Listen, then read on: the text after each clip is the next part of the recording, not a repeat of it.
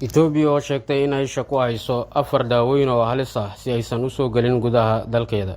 4 daaweyn ayaa sabab u noqday dhimashada carruur ku nool dalka Gambia. Hay'adda Caafimaadka Adduunka WHO ayaa sheegtay in 4 daawo oo sharoobooyinka in ay macquul tahay in ay sabab u yihiin dhimashada carruurta Gambia markii carruurtan la soo daristay kaliya xanuun kadib siinta la siiyay carruurta sharoobooyinka.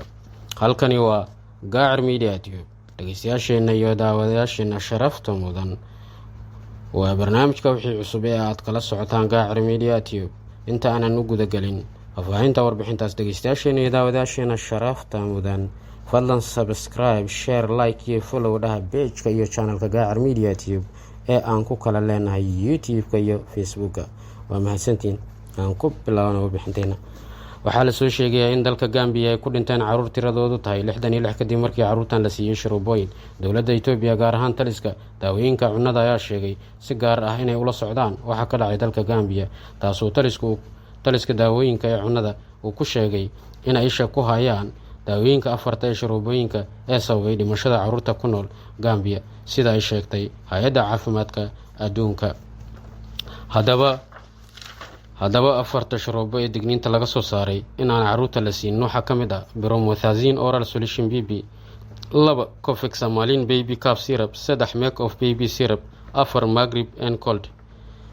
Taliska daawooyinka iyo cuntooyinka ee dalka Itoobiya ayaa sheegay in 4 sharoobo ee dhimashada carruurta Gambia sababtay shirkadda soo saarto in la yiraahdo Maiden Pharmaceuticals oo laga leeyahay dalka Hindiya.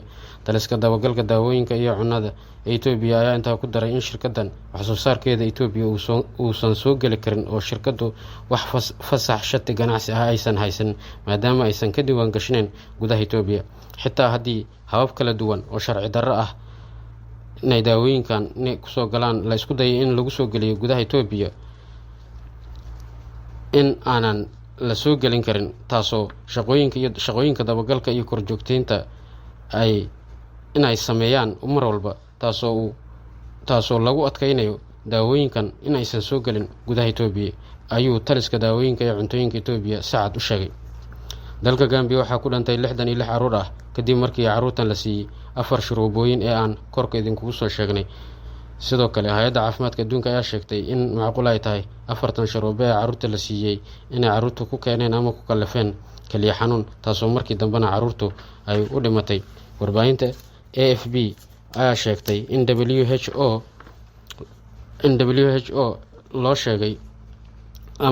loo sheegay in xarunta dhexe ee dabagalka daawooyinka dalka Hindiya in ay daawooyinkan ama sharoobooyinkan u direen dalka Gambia oo kaliya oo meel kale aysan gaarin.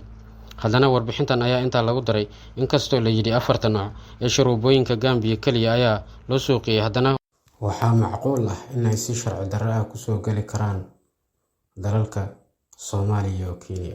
Dhageystayaasheena iyo daawadayaasheena sharafta mudan, intaa waxaa inaga eeg barnaamijka wixii cusub ee Gaar Media Tube. Barnaamijka kan xiga intaan ku kulmi doono nabadgelyo.